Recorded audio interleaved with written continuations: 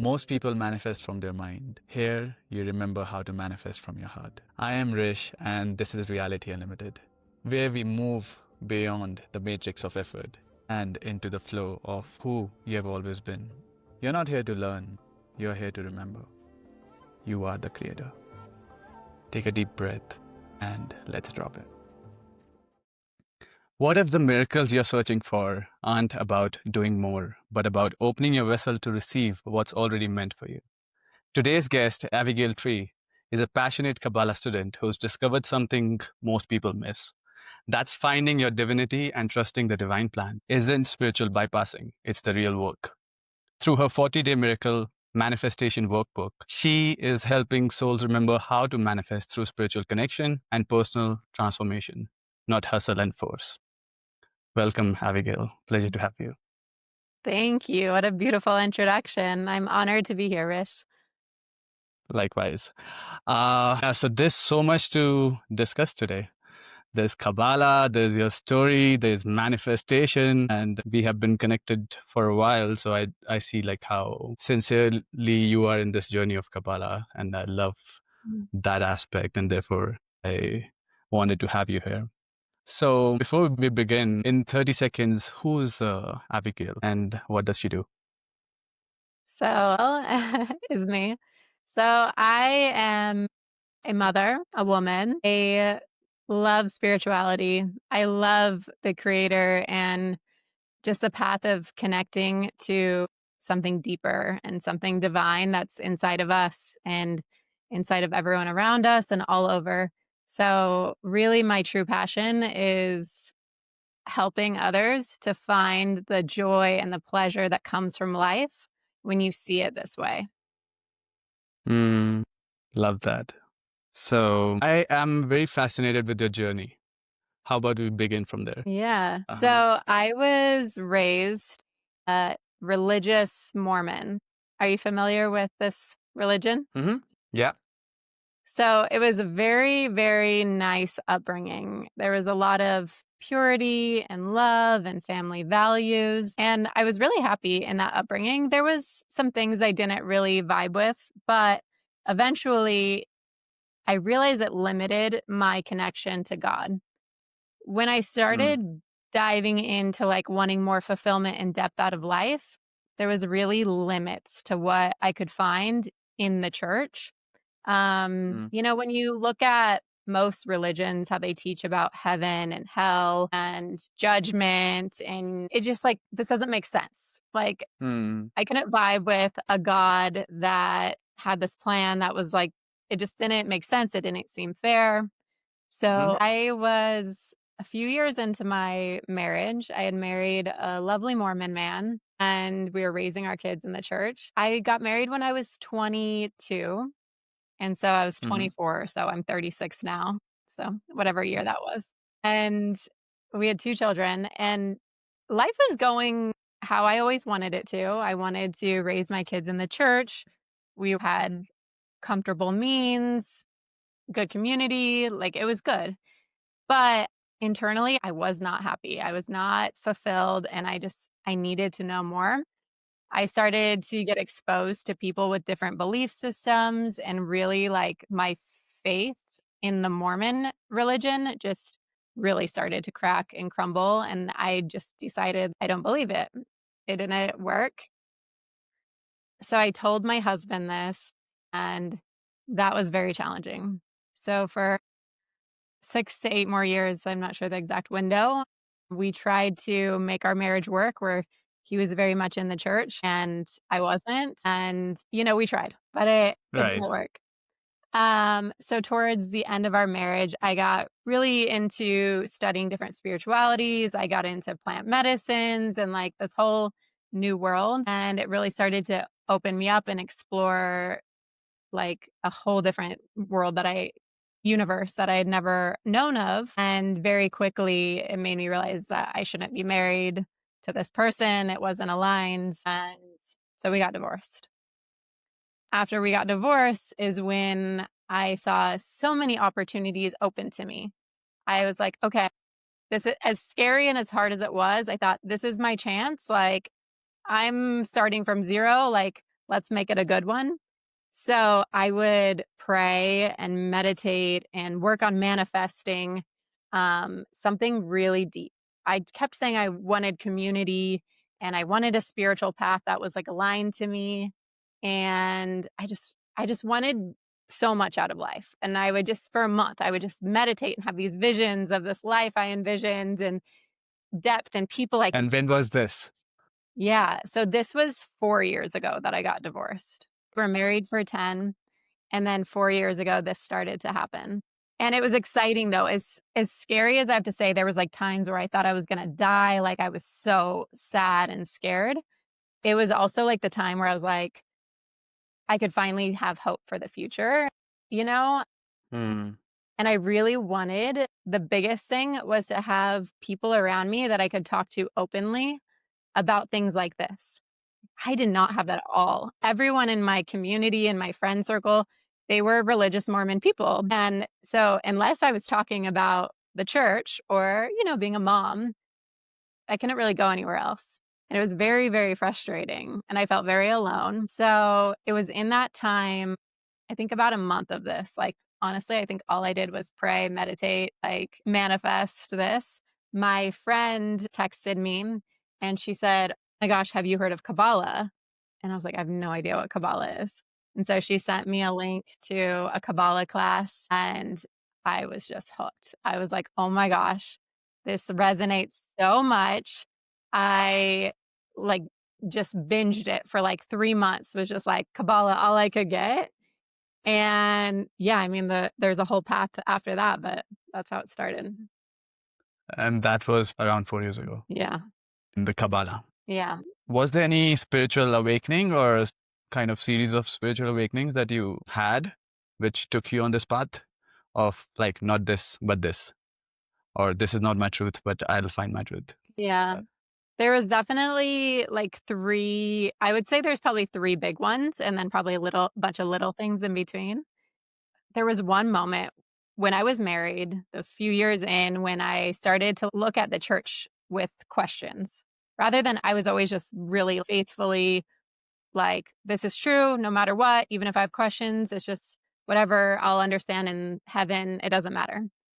But it got to a point where I don't, there was enough in me that I was like, wait, let me look at this. And I think there was like a week where I just really looked and asked questions and started to research things online and open myself up to like, what do I feel about something rather than what does the church say about this? And that whole week was like a crazy spiritual awakening because I felt like my world was rocked. And that even the idea of not believing in it, I was like, I'm going to end up divorced. I'm going to have no friends. My family's going to hate me. But at the same time, I was so hungry for more and different and depth. And then you had two more after that. So when we were married and we were trying to make it work, for the kids and it worked financially and other reasons, it got to a point where I was very unhappy. I couldn't function. I was depressed and I was anxious. And so that's when I decided to do ayahuasca the first time. I was like, I'd heard amazing Mm. things from a friend and I was like, okay, like let me explore. I was open to different things. And, my And first where was that?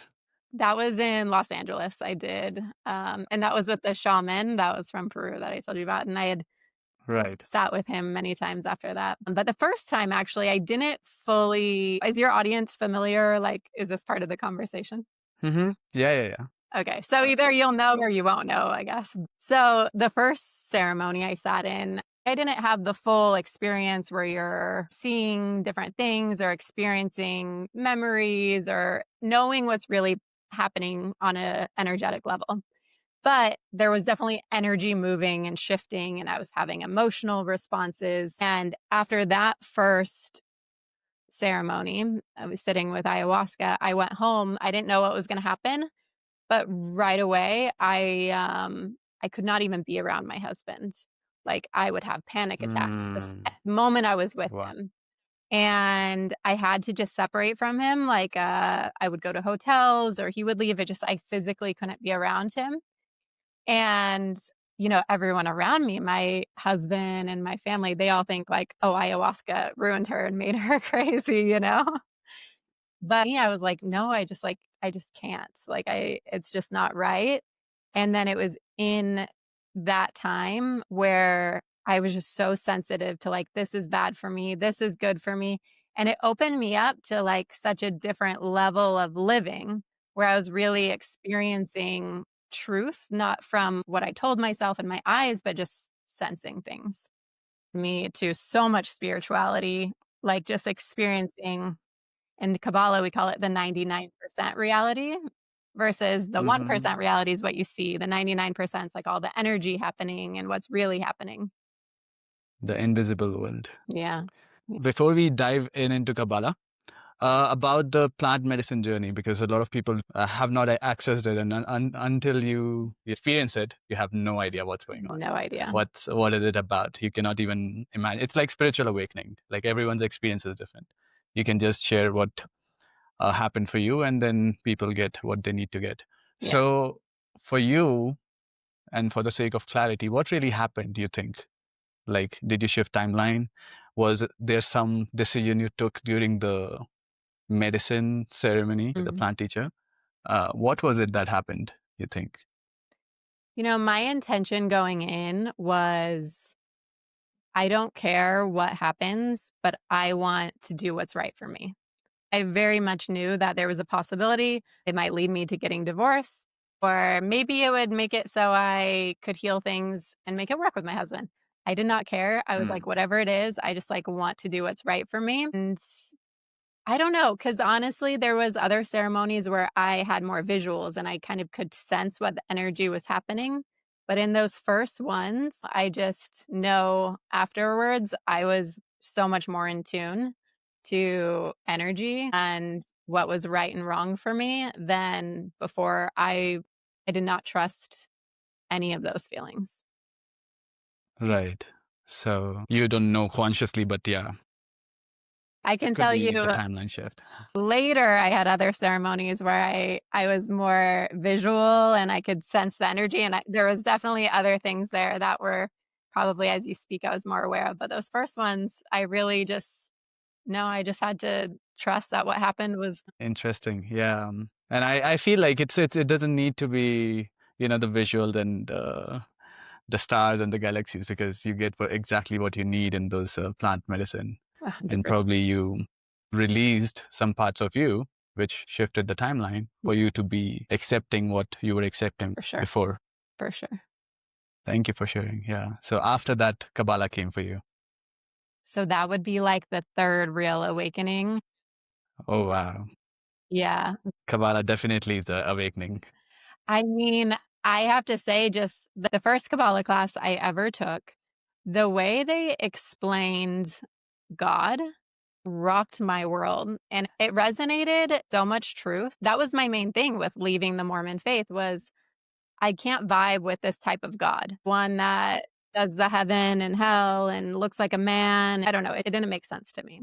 But in the first Kabbalah 1 class, they talk about the light. So you took a class, Yeah. like a physical class. No, this was online actually. Oh, you did. Okay. So how did you get introduced to Kabbalah? Firstly, how did it even come to you? And even before that, for Mhm. someone who's listening, what is Kabbalah? So, Kabbalah is ancient spiritual wisdom. It's universal for everyone. It was revealed around the time of by Abraham from the Old Testament. Really, it roots back before the split of religions. So, any religion you talk to will find so much common ground in Kabbalah. I have friends that are Muslim or Hindu or Christian or Jewish or woo woo spiritual, it doesn't Yeah. matter. Everyone really resonates with Kabbalah. So it's kind of like this really pure root of just how the universe works, what the journey of the soul is. And it's pretty crazy. It goes so deep. Like I have not even touched a drop of that ocean of the wisdom that has been revealed through Kabbalah. Beautiful. Yeah. For someone who's listening, it's a big part of my journey as well. And I come from Hinduism, but that's not just like you. It repelled me, initially. So when I had my spiritual awakening, I got back into that. And now I see the connection with Tantra, Mm-hmm. let's say what Osho would teach. It's very similar. It's that frequency of the truth. Mm, Kabbalah is definitely everyone can resonate with because that's that frequency, which is our existential truth. yeah.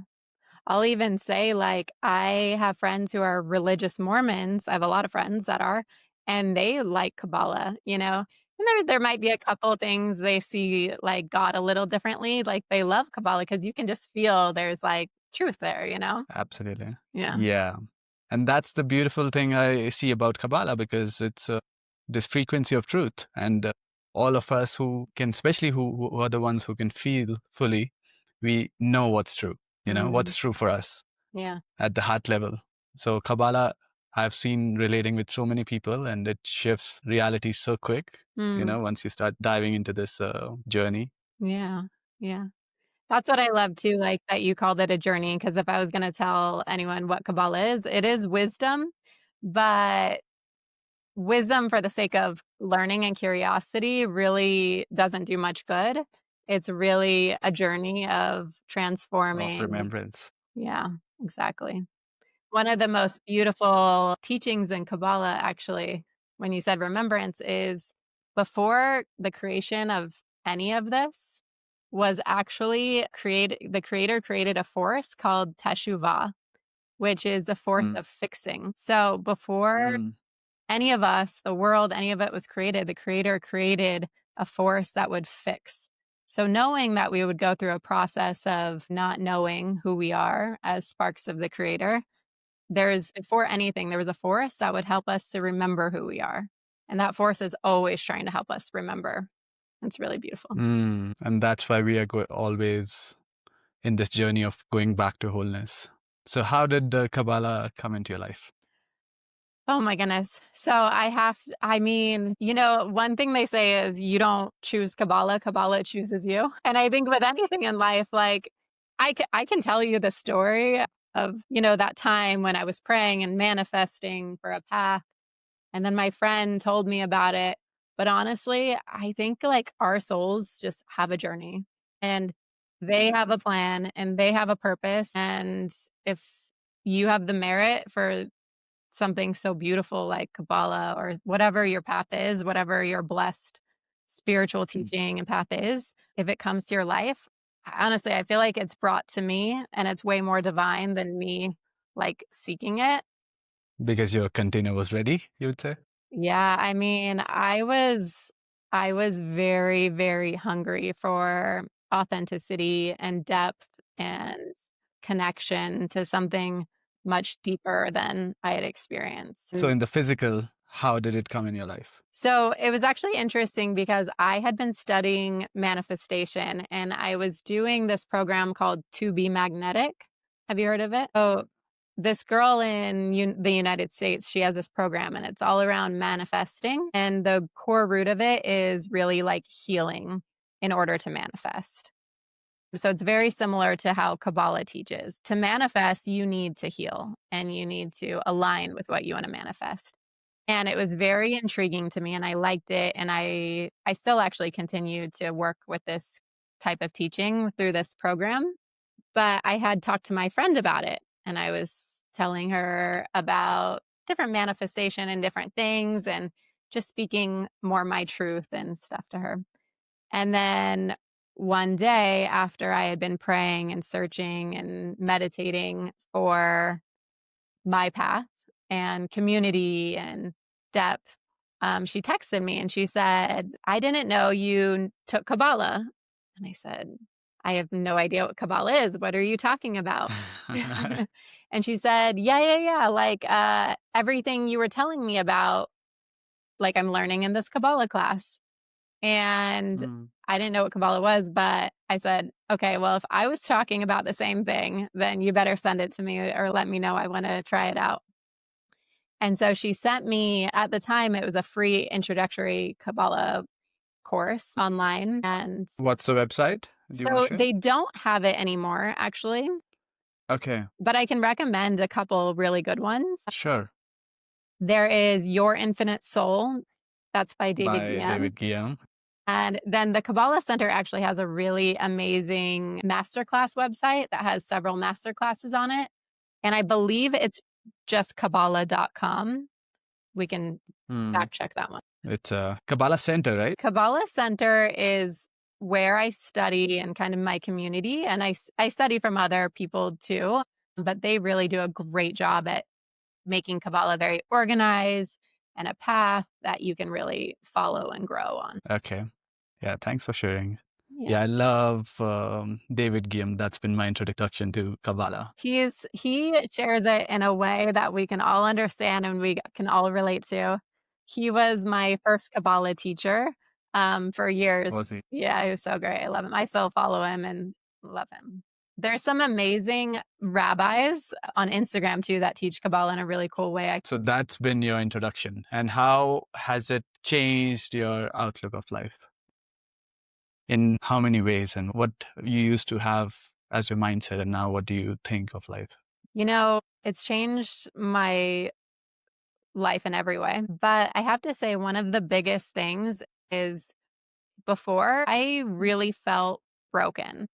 I was in these patterns of just like low self esteem, not believing in myself, insecurities, all these different things. And there's a million other things, but I didn't know how to Mm. transform them. And I didn't even know that I was capable of transforming them because whenever I would try, I felt stuck and I thought, okay, this is just who I am.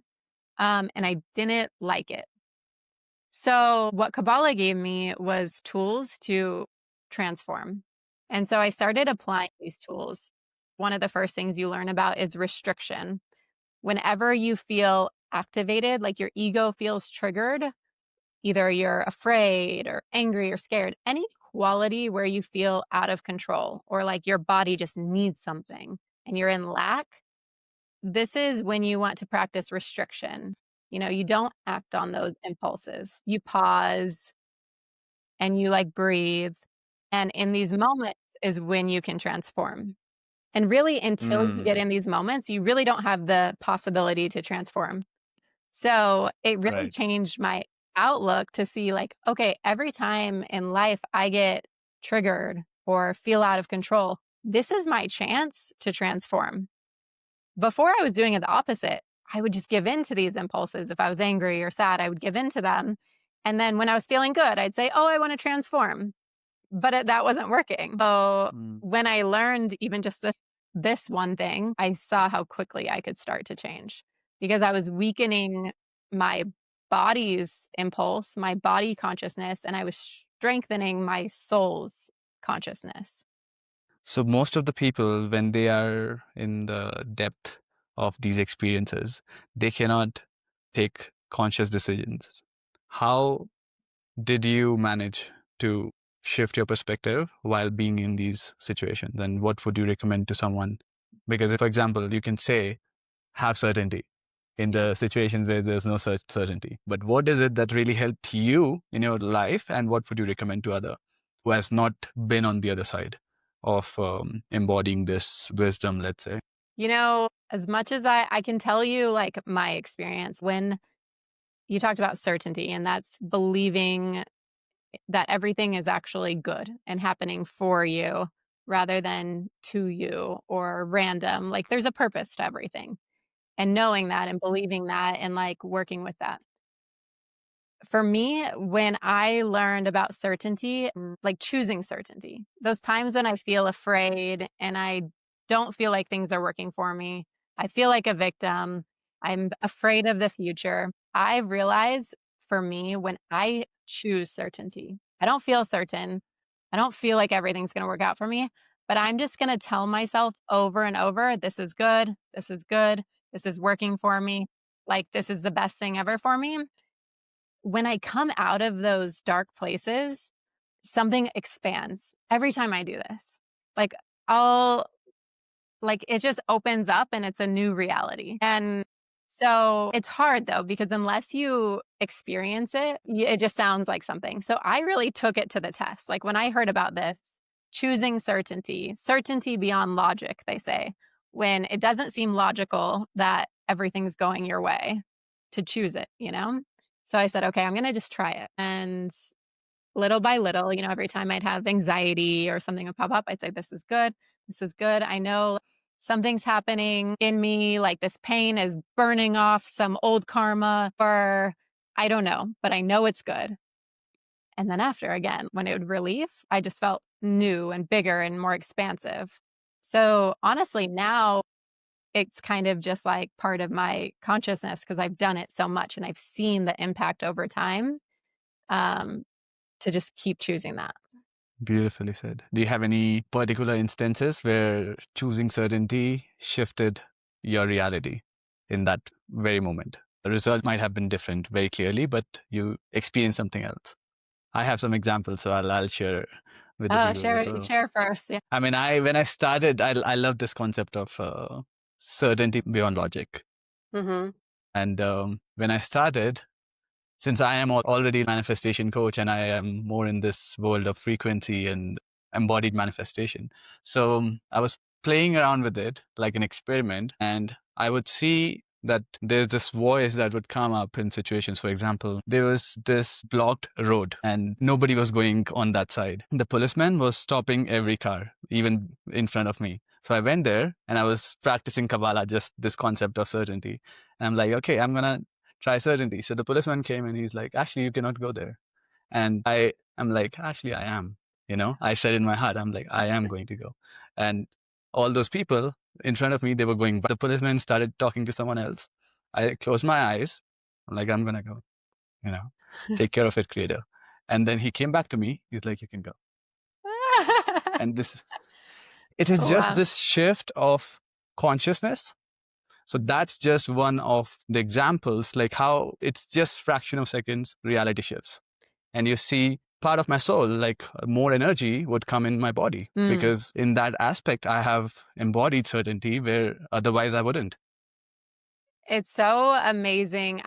One of the biggest reasons why I'm so passionate about sharing manifestation is because when you experience these things where you realize how powerful you actually are, you realize like how divine you are. It's not like we're doing it to get a sports car and just to get a sports car. Like, okay, that's fine. Maybe you will do that. But like, do you realize how powerful you are? Like, and what makes you so powerful is like your soul is a spark of the creator. Like you are so Mm, divine. So without knowing that and without feeling that, life can be very frustrating.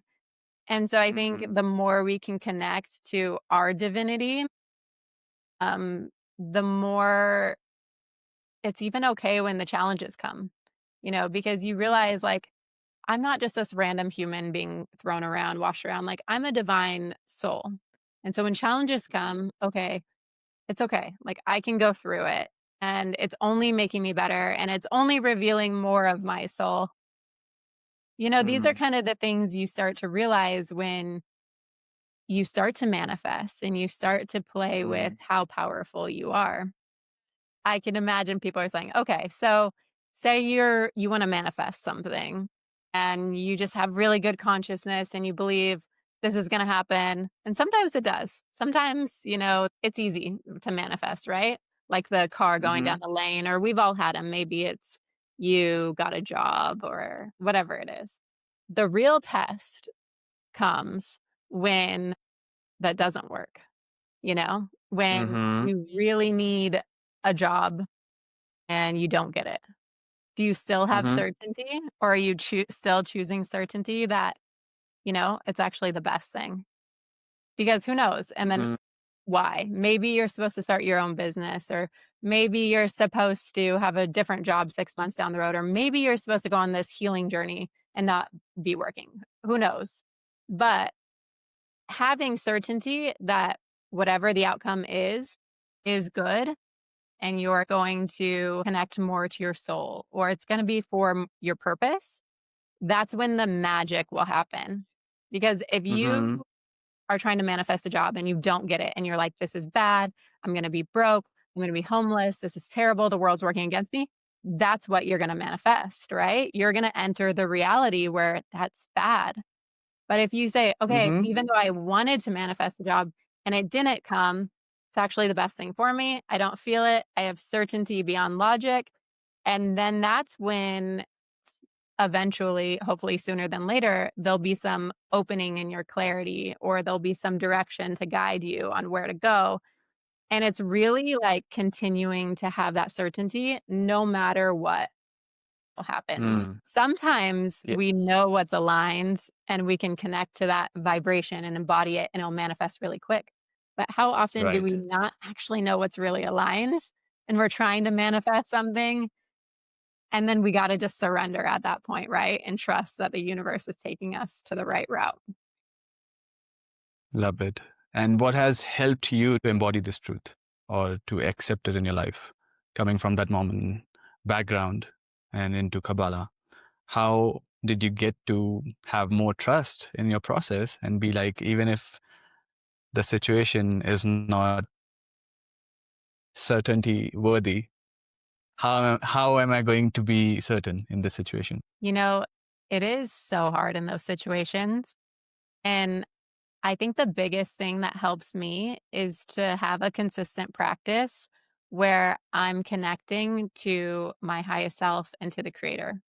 Every day, I try to talk to the creator out loud, as well as like meditate and connect to my highest self. And so when I'm consistent and I do that, I find I have a lot of strength and consciousness in those moments to remember and to choose it and to say, surrender to things. But there's been plenty of times where I get out of my routine and I get caught up in the physical world and I'm not doing my spiritual study and my consciousness isn't on point. And man, those times are so much harder. And it's like I forget and I just think this is bad and I'm frustrated and I'm hustling and I get anxious, and so for me the biggest thing is like consistency with my spiritual connections. How about Mm-hmm. for you? How do you keep good consciousness? Hmm. Yeah, for me, I see it's more about who I become rather than what I get.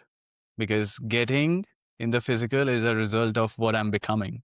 So Right. my focus has been through all these experiments, and also what I teach is embodiment. You become the manifestation. You are here to become that version and bring in your higher self.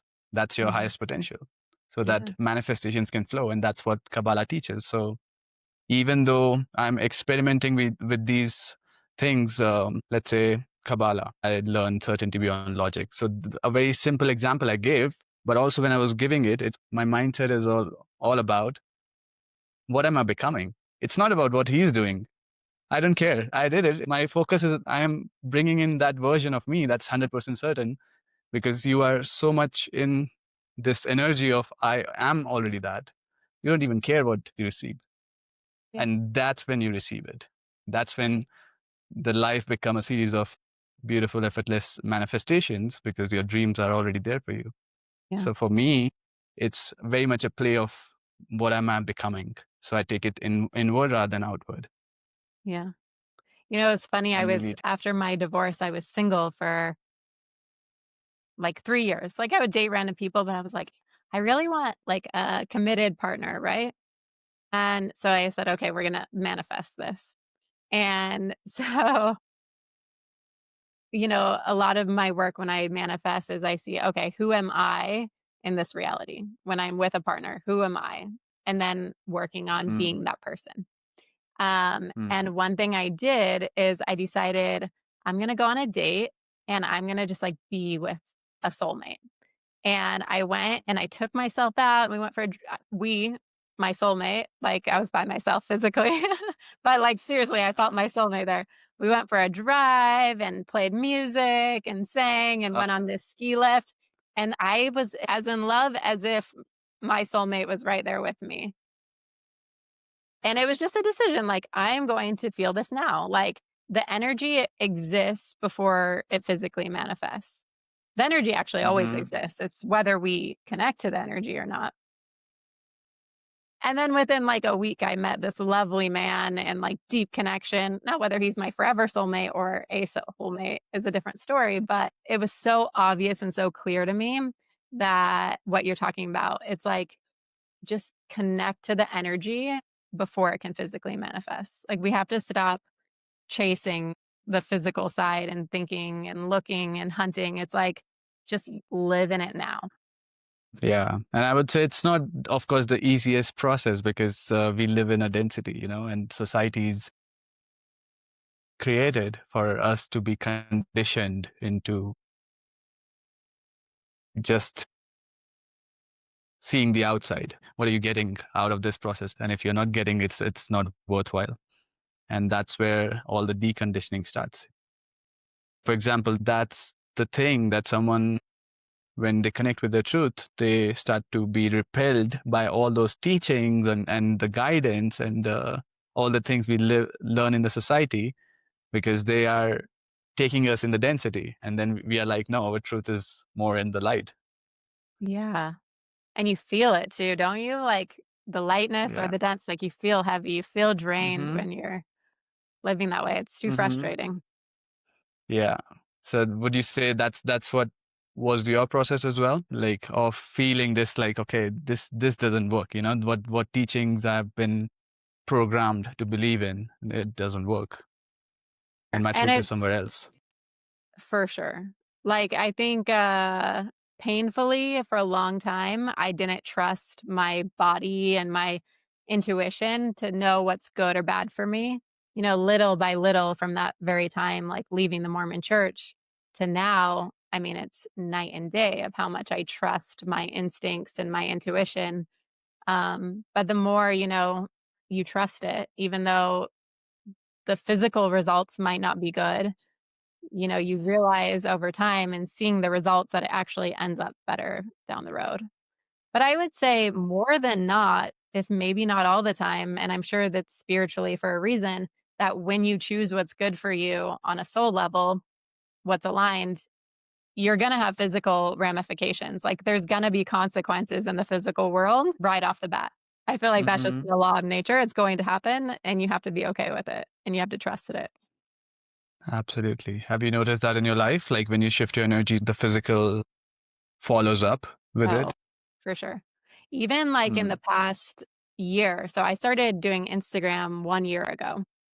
And Mm-hmm. I was really the reason why I started was because I wanted to work on my speaking skills and communicating, and I was very blocked there. So I was like, "You know what? I'm just gonna dive in and I'm gonna post every day." And Mm-hmm. so I've transformed a lot in that way.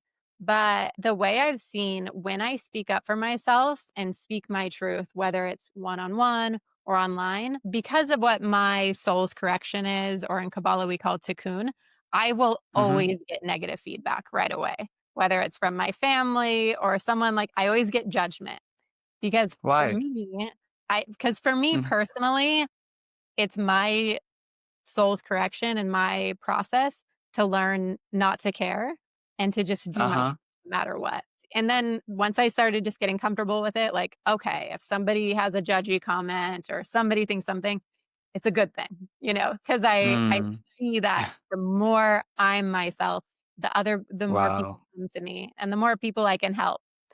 So I actually like kind of find joy in it. When I get a little negative feedback, I'm like, okay, I'm going to be able to help somebody in the next couple of days. It's always the pattern. Wow. Love that. So you ultimately made your tikkun or soul correction your gift.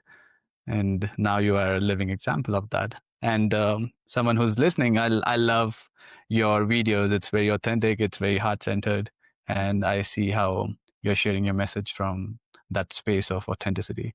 So definitely go check her out and follow her. It's Abigail Tree, right, on Instagram. Thank you. Yes, it is. Yeah. Hmm. So we Yeah. mentioned soul's correction and tikkun. Maybe I could just explain real quick because that Hmm. might go over Yes, some please. Yeah. people's head. One of the pillar teachings you'll learn in Kabbalah is that we all have this word tikkun, and it's our soul's correction. So our soul doesn't need correcting. Our soul is perfect and divine, but our soul comes to this lifetime or every lifetime with a mission, and it's something Mm, to become more you, like you said, remembering who you are.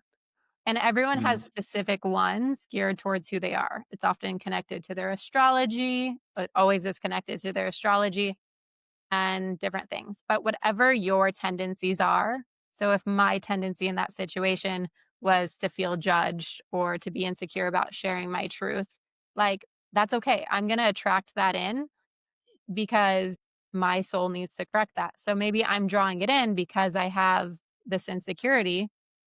That's okay. It's not me, but I need to correct it. So I'm going to keep drawing it in until I completely correct it. And then I'll probably no longer get it or I won't even notice it. Right. But for Hmm. each of us, we have this. So when we have these insecurities, these fears, it's not bad. It's not us. We just need to remember our soul came here to correct something. It's a assignment here because that's Yeah, how I see it. exactly. Yeah. Mm.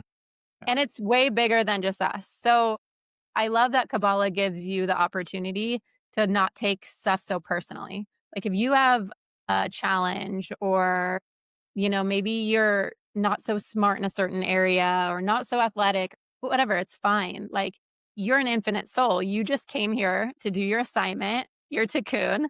Like just work on it, and don't take it so Yeah. personal. Love that. I actually watched some of your videos on Instagram, and I loved some concepts you were sharing there from Kabbalah. So one was Kabbalah says to raise your desire, never shrink it in the name of spirituality. And I wanted to ask, how did that flip everything for you? So, Kabbalah, the word itself means to receive. And the creator, Mm, God, the universe, literally created us to share with us. And the most spiritual thing you can do is to learn to receive.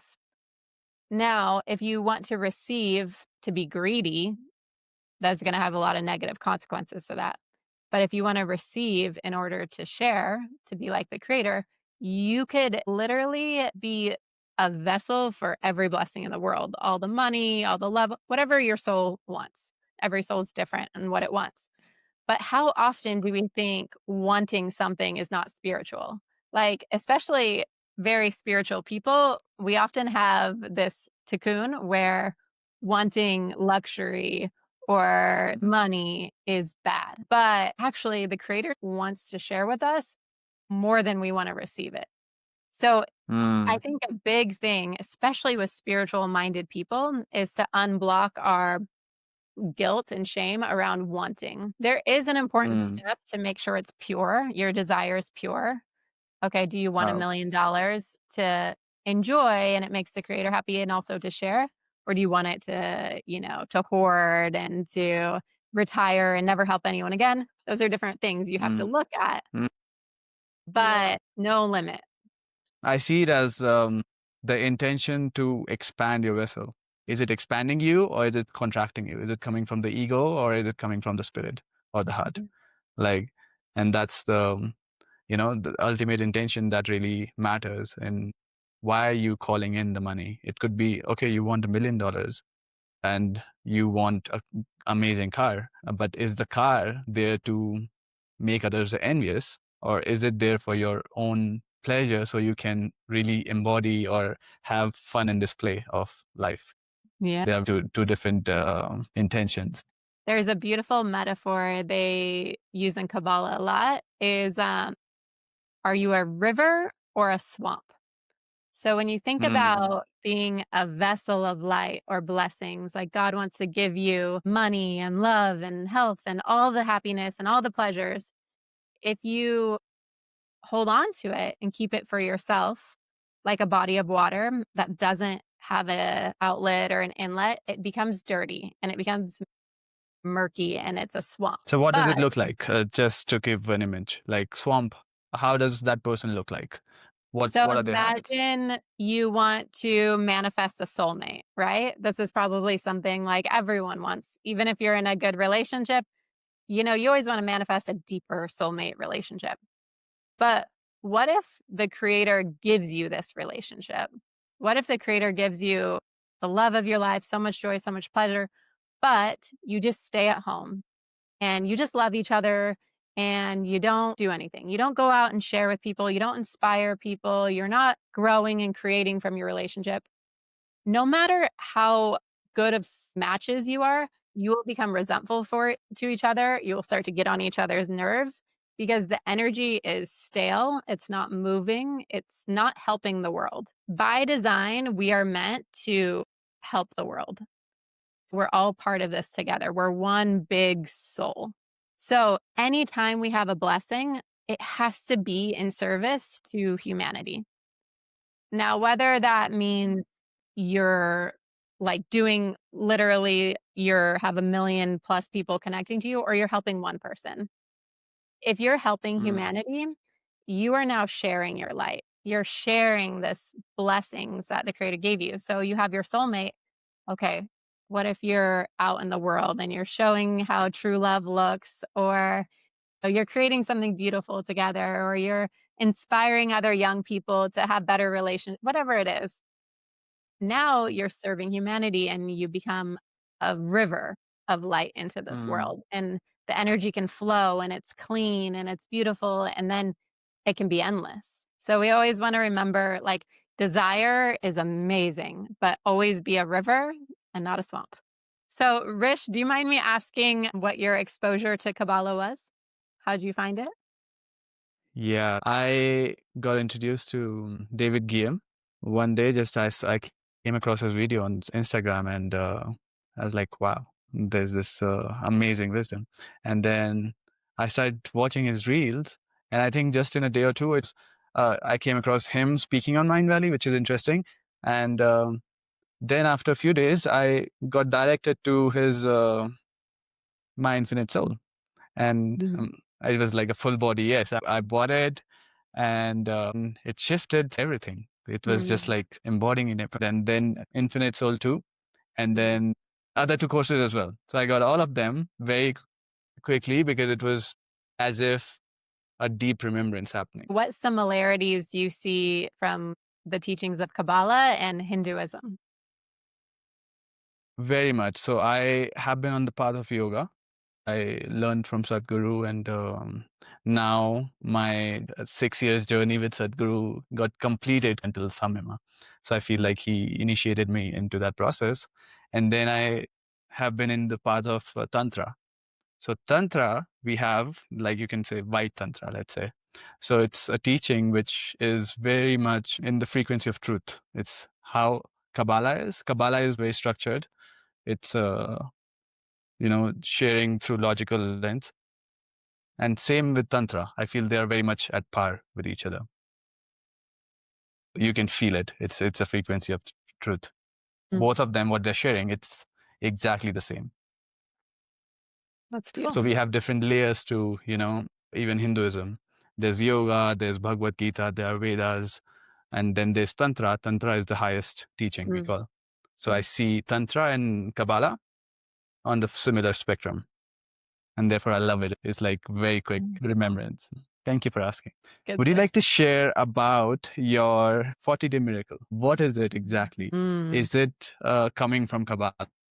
So, like I said earlier, I was really into manifestation and personal transformation. When I started studying Kabbalah, I learned about the power of a 40-day commitment. This is also in Mm, other practices. They talk about 40 days committing to something or doing something for 40 days, and it creates this really, really powerful container.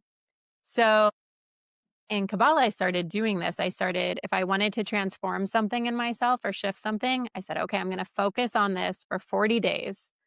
Rather than before, I was kind of trying to change everything at once. Like I'd work on my anger issues and I was working on my self esteem and I was working on too many things. It was like slow growth. So I decided I'm going to mm, focus on one thing at a time, 40 days. And that's like all I'm going to transform. I'm not worried about the rest. What do they say? Like a rifle approach versus a shotgun approach, like really direct. So I started doing this, attacking one thing at a time. And I made so much change and growth in myself, like really permanent, long lasting transformation. And for a year, I was just doing this on my own. And I was so impressed with how it was working. So I started to make myself a little workbook where I could do it every day, where I wrote down mm, what my intention was. I would practice embodiment practices like being grateful for what I was working on as if I already had it. So, say I was working on Mm-hmm. my anger issues, I would be like, I'm so grateful that I've overcome my anger issues and that I can, mother with peace or different things. And I added in as it progressed, I added every day into my routine different elements that I was learning from Kabbalah. There's another one that was if you want anything, if you're praying for anything for yourself, it becomes exponentially more powerful if you pray for somebody else to have it first. Say you're trying to like manifest more wealth. If you pray for somebody to have more money, that they could use more wealth, then you become now a channel of wealth into the world because now you're like God. It's about helping other people and you become this channel of wealth into the world.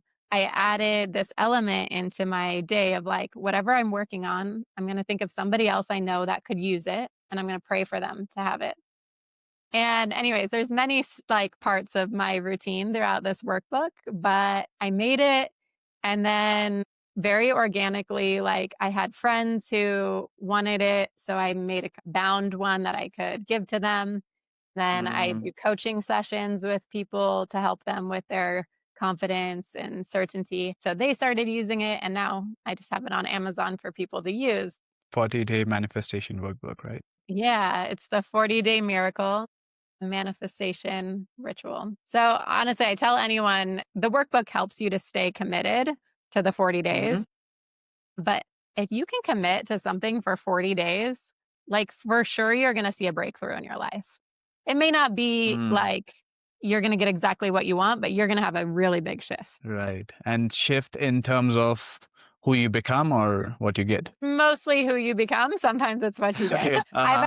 I had somebody who she was like, I want to manifest the house. And so she did 40 days for a house. And literally on the 40th day, she got keys to a house. And I was like, you Oh, know what? wow. Power to you. Most of the time, I'll say it's more of an internal shift. And then you see it. Uh-huh. She manifested it. Yeah. Love that. And yeah, because even modern science says 40 days to build a habit. It's the same principle There's they're following. And what so what much. do you think is 20, 21 days? I have heard 21 days or 20 days. What is it in Kabbalah? Like, for example, David Gim, he did 21 days. So Kabbalah works a lot off of astrology, very, very into like what's happening in the universe with energy in order to work with it. So the 20 days, or he did 11 days, is not necessarily all the time 20 days, but he timed it. So when it starts and when it ends is like during this period with the Mm. astrology going on where it's going to be very impactful. Okay, so it's like a particular event. It's not a Kabbalah thing to take 21 days. Not necessarily 21 days, no, but Nah, if you time it right, uh-huh. like during a new moon, so it's a good time. I love that. I love the idea of 40 days though. It gives you enough time to really play around with it and become that new personality, so that changes can happen. I always say the commitment is what makes the miracle, Mm, and it's commitment to not easy. certainty. So what do you recommend to someone who's trying to commit but they cannot? For me, the tangible workbook is like everything because I know like every day, morning and night, I'm going to go do the workbook. And whether I'm perfect that day, at least I set the intention and at least I prayed for somebody else. And so just those things we do and the reflection at the end of the day, those things are going to make you change. So even if you're not Mm. perfect throughout the day, like you are going to have growth because you at least did some of those things. And I noticed your workbook is the morning intentions, and you have affirmations and other things, and then you have night reflection as well. The So, night reflection is really, really big for me because I think the more we can take accountability and really be honest with how we live and act, the more change we're going to have. Because so often I think we have good intentions, but then we don't actually act on it. And so it's really about holding yourself accountable. And there's many days where I say, you know what? I did not do what I planned and I did not embody what I wanted to embody. And just me calling it out, no, I'm not going to feel shame. I'm not going to feel guilt about it, but I'm going to own that I didn't do it. It helps me the next Mm. day to do it more, rather than just letting myself get away with saying I'm going to do something and not do it. Right. Yeah, that's a very powerful habit to have. And you do it at the end of your day? Yeah. It's by my bed. The, So it's like my morning, night thing. and how long have you been doing it for now? I mean, probably close to 4 years. Like it was Oh, in the wow. beginning of my Kabbalah practices where I started. Honestly, I got so addicted because I saw the impact it had. If you saw me 4 years ago when I first started Kabbalah, like, I could hardly speak, like, I was so insecure, I second guessed everything I did, like, I mean, literally a completely different person, and I have to say it's because of that, just committing to change, like, one thing at a time consistently. Love that. So when you hear the words reality unlimited, what awakens in you? Reality unlimited. You can feel into it. Yeah. I think the most beautiful thing that I have learned in Kabbalah is how infinite we are. Mm. Our divine nature, like literally who we are, forget the rest, forget who we look like, what our name is. Like at the root essence, we are an unlimited, infinite, divine spark of the creator. And the rest is just all a process. And it's so beautiful when we can bring that into this reality, little by little, just let go of everything else, all the layers that tells us we're less or we believe we're less, the fears, like they're all illusions. Like they're not real at all. They're literally not real. It's just a fun game. And when we can let go Mm. of it and we can just choose and believe and just embody how unlimited we are, like it heals the world. Honestly, that's the point of all of this is just to get to a point where we all know this. And then the illusions will drop away. Beautiful. Well, Abigail, thank you for this conversation. I loved Mhm. our hour that we spent, and we are definitely going to continue this Thank you so much. soon to go deeper. Yeah. Thank you for inviting me. It was really, really fun. And I have to say, like, these conversations just light up my soul. So I appreciate it. Take a breath and trust whatever shifted in you. Let it guide your next choice, your next action, your next expression. If something opened up for you, share it with me on my Instagram at I am Rish Gupta. And if you're ready to go deeper into manifestation and embodiment, you'll find all the details in my link in the bio. Remember this, you are the creator. Choose like it, live like it. Your reality is unlimited. See you in the flow.